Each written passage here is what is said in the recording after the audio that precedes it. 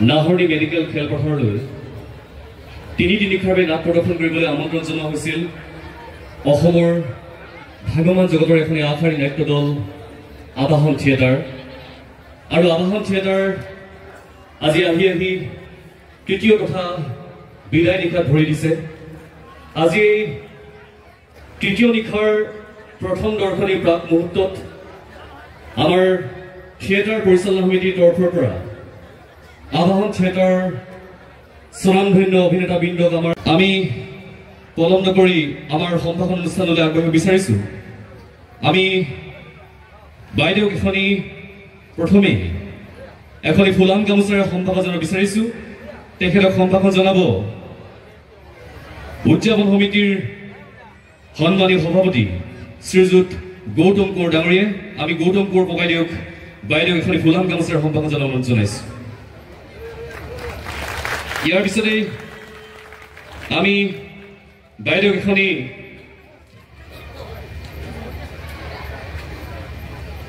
সম্বৰ্ধনা পত্ৰ আমি প্ৰদান কৰিব বিচাৰিছোঁ আৰু আমি আপোনালোকৰ জ্ঞাতাৰ্থে সম্বৰ্ধনা পত্ৰখনি পাঠ কৰি দিব বিচাৰিছোঁ। আটাইকে একেলগে আমাৰ সম্বৰ্ধনা পত্ৰখনি বাইদেউক প্ৰদান কৰিবলৈ অনুৰোধ জনাইছোঁ।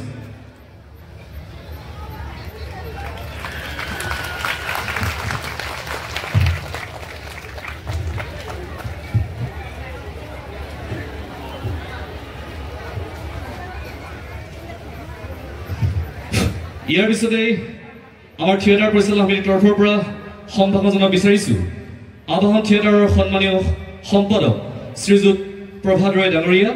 প্ৰভাত ৰয় ডাঙৰীয়াক প্ৰথমে এখনি ফুলাম গামোচাৰে সম্ভাষণ জনাব বিচাৰিছোঁ। তেখেতক সম্ভাষণ জনাব শ্ৰীযুত গোপীনাথ গগৈ ককাইদেৱে।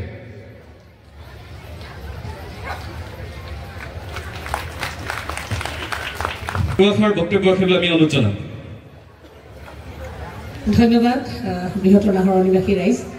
থিয়েটাৰ পৰিচালনা কমিটিৰ সমূহ বিষয়ববীয়া কৰ্মকৰ্তাসকলক আন্তৰিক ধন্যবাদ জ্ঞাপন কৰিছোঁ এই সন্মান দিয়াৰ কাৰণে।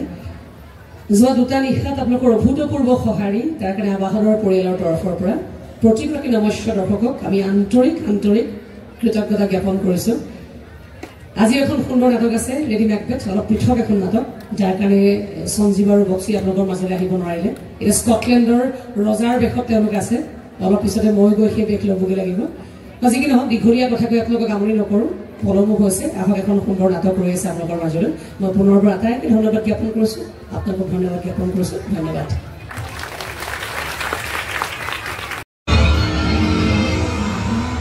যুদ্ধ লাগিছে,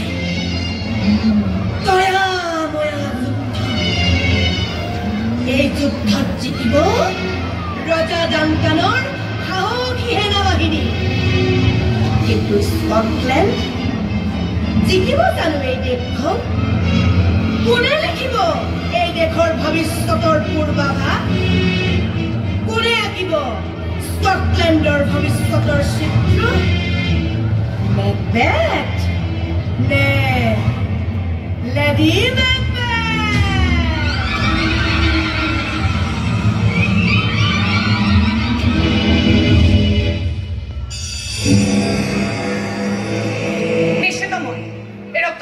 বিনা দ্বিধাই জিকিব আমাৰ দেশ স্কটলেণ্ড।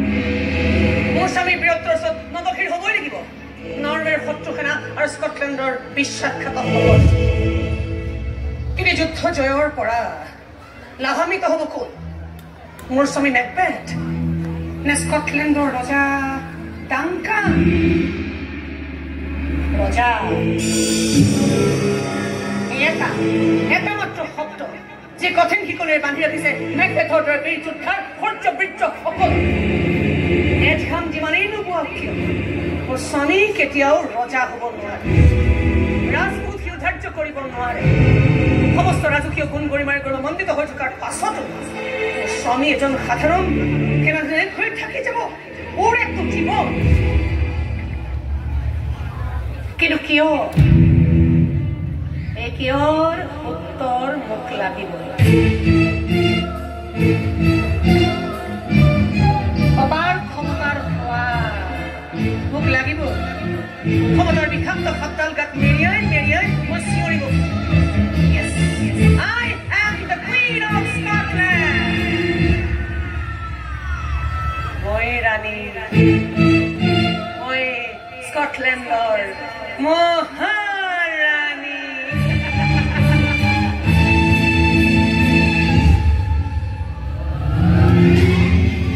এই ক্ষমতাৰ প্ৰতি থকা লালসাই এদিন স্কটলেণ্ডৰ আকাশ বতাহ কঁপাই তুলিব, ভেঁচাই চুৰিব কৰ্কশ গান, বিষধৰ সাপে নাচিব বিষাক্ত নাচ। স্কটলেণ্ডৰ বুকুলৈ নামি আহিব দুৰ্ভাগ্যৰ অগ্নিবৃষ্টি, আৰু সেই বৃষ্টিত তিতি পুৰি মেকবেথৰ অন্তৰত অগ্নিশিখা জ্বলাব এগৰাকী নাৰীয়ে।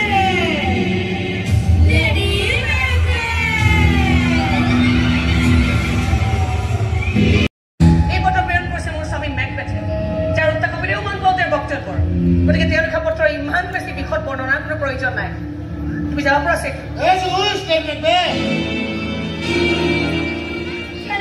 যিবোৰ কথা লিখিছে পত্ৰখনত সঁচাকেনো যুদ্ধ জয় কৰি উভতি অহা বাটত তেওঁ হেনো সাক্ষাৎ ৰাখিছিল। সেই তিনিটাই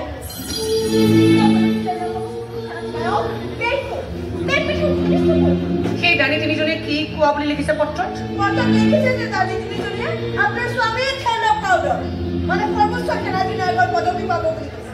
আৰু নাৰীয়ে কৈছে আপোনাৰ স্বামী দুদিন স্কটলেণ্ডৰ ৰজা হ'ব।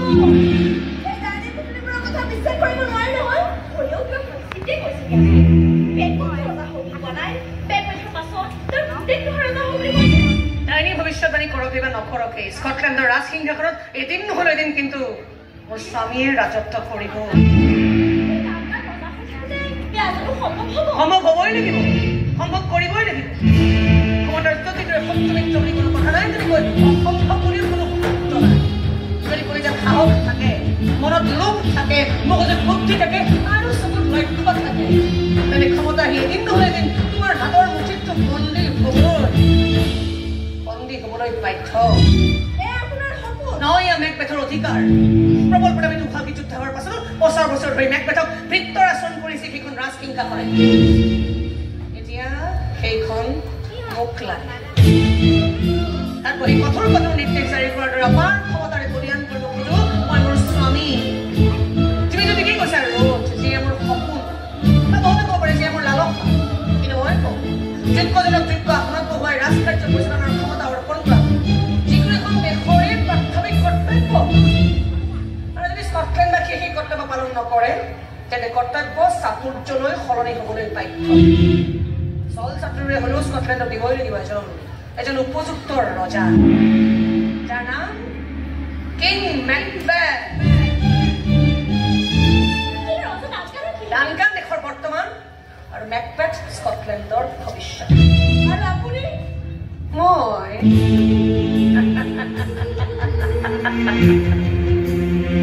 মই নিয়তি যে নিৰ্ণয় কৰিব অনাগত সময়ত স্কটলেণ্ডৰ কথা বলে।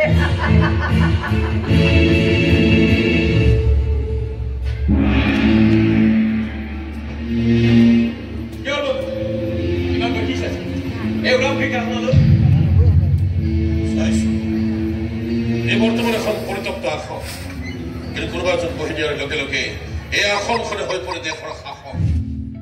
মেলকম ৰজা হলে তুমি সিংহাসনত বহা, আটাইবোৰ বাটেই বন্ধ হৈ পৰে। কি কোৱা? কি ভাবিছে? নাই একো ভবা নাই। হিচাপে নকব বন্ধু, তোমাৰ জাতিকৰ মণ্ডল দেখিয়ে মই বুজিব পাৰিছো। তোৰ দানী কেইজনীৰ কথাই তোমাৰ মন মগজু তেতিয়াও বিয়া কৰি আছে। মই মোৰ দেশক ভাল পাওঁ বন্ধু। এইখন ৰাজসিংহাসনে মোক দেশ আমাৰ সুযোগ দিছে আৰ সেই সুযোগ পাই মই ক্ষমতাৰ আগে মতৰিয়া ঘৰ ভাবিয়া মোৰ নাই। তোমাক এতিয়াও ৰাজসভা দেশ পোৱা নাই যে যুদ্ধ জয়ৰ আনন্দত উত্তাল হৈ পৰিছে স্কটলেণ্ডৰ ৰাষ্ট্ৰ। তোমালোকে যোৱা নিজৰ নিজৰ মহল, নিজৰ নিজৰ পৰিয়ালৰ ওচৰত থাকি যুদ্ধভূমিক ক্ৰান্তি হাতৰ পৰা গৈ তুমিতো জানা তোমাৰ পৰিয়ালক আদি বিচাৰি মই নিৰুপায়। ৰজা ঘৰ দায়িত্বই এতিয়ালৈকে মোক ৰাজপ্ৰসাদৰ প্ৰতিবাদ যুদ্ধ জয়ৰ পিছতে কিং ডানকানে ৰজা ঘৰীয়া কাৰবাৰ মহললৈ গৈ নৈখন এখন আৰু ইমান বিশ্বাসঘাতকেৰে এইখন দেশ ভৰি আছে তাৰো তুলনা বিচাৰি পাবলৈ নাই। নিজৰ দেশৰ অনিষ্ট সাধন কৰি শত্ৰুপক্ষৰ লগত কৰমৰ্দন কৰি ফুৰা সেইবোৰ বিশ্বাসঘাতক দেশদ্ৰোহী যেনে এদিন স্কটলেণ্ডৰ মাটি ৰঙা হ'বই লাগিব অন্যথা আমাৰ দেশ কেতিয়াও সুৰক্ষিত নহয় কিয় লাগে তোমাকৰ চিন্তা ক্লিষ্ট যেন দেখা গৈছে যে নাই একো চিন্তা কৰা নাই চিন্তা কৰাৰ প্ৰয়োজন নাই এটা স্কটলেণ্ডৰ বাটাই ঘাটে কেৱল তোমাৰেই বীৰত্বৰ জয়গা আৰু সেই জয়গাৰ শুনি তোমাৰ চাগে হিংসা লাগে হিংসা নাই গৰ্বহে অনুভৱ কৰিছে আমাৰ দেশৰ যন্ত্ৰজন এজন প্ৰকৃত বীৰ যোদ্ধাক যথোচিত সন্মান দিবলৈ শিকিছে তুমি তেনেকে ভবাটো তোমাৰ মহানতা আৰু মই জানো তুমি মহান হৈ দেখুৱাবলৈ খুব ভাল বিনয় বন্ধু অচিৰে আমাৰ পুনৰ সাক্ষাৎ হ'ব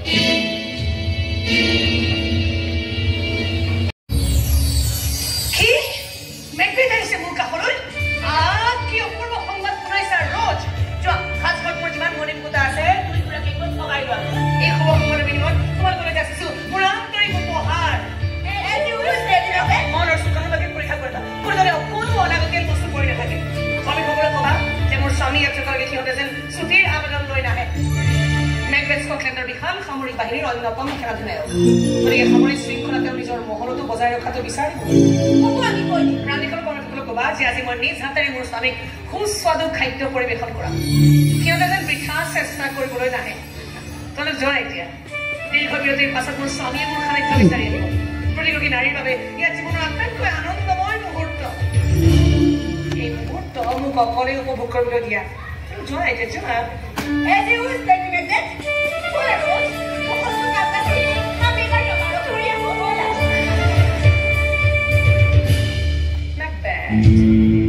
অন্তত কেইটামান দিনৰ কাৰণে হলেও যাৰ ঠিকনা হব মোৰ বুকুৰ মাজত কিন্তু কি আনিব তেওঁ মোৰ কাৰণে ৰং বেৰঙৰ বহু মূল্যৱান উপহাৰ নাই নাই নাই নাই নাই বুকুত এখন প্ৰেমৰ বিশাল সাগৰ কঢ়িয়াই লৈ ফুৰিলেও সেই সাগৰত হঠাতে ইমান বেছি জোৱাৰ কেতিয়াও নাহে কিন্তু উপহাৰ নানিলে কি তেওঁলোকৰ লগত আনিবই যুদ্ধভূমিত ক্লান্ত দাক্ষতা বিক্ষত কৰি শত্ৰুৰ অস্ত্ৰৰ আঘাতত দেহৰ প্ৰতিটো অংগতে লাগি অহা পকা ঘাম গালে মুখে ভাগৰুৱা ঘাম আৰু মনত এটা বৃত্তৰ গভীৰ যন্ত্ৰণা পিছে নহ'ব মেকবেথ এইবাৰ নহ'ব এইবাৰ তুমিও না সেই কুৎসিত উপহাৰৰ টোপোলাবোৰ মই গ্ৰহণ নকৰোঁ এইবাৰ মোক লাগিব মই বিচৰা উপহাৰ আৰু সেই উপহাৰৰ নাম হ'ল স্কটলেণ্ডৰ ৰাজমুকুট তুমি মোক উপহাৰ দিব লাগিব সেই অহংকাৰী সম্বোধন ৰজা মেকবেথ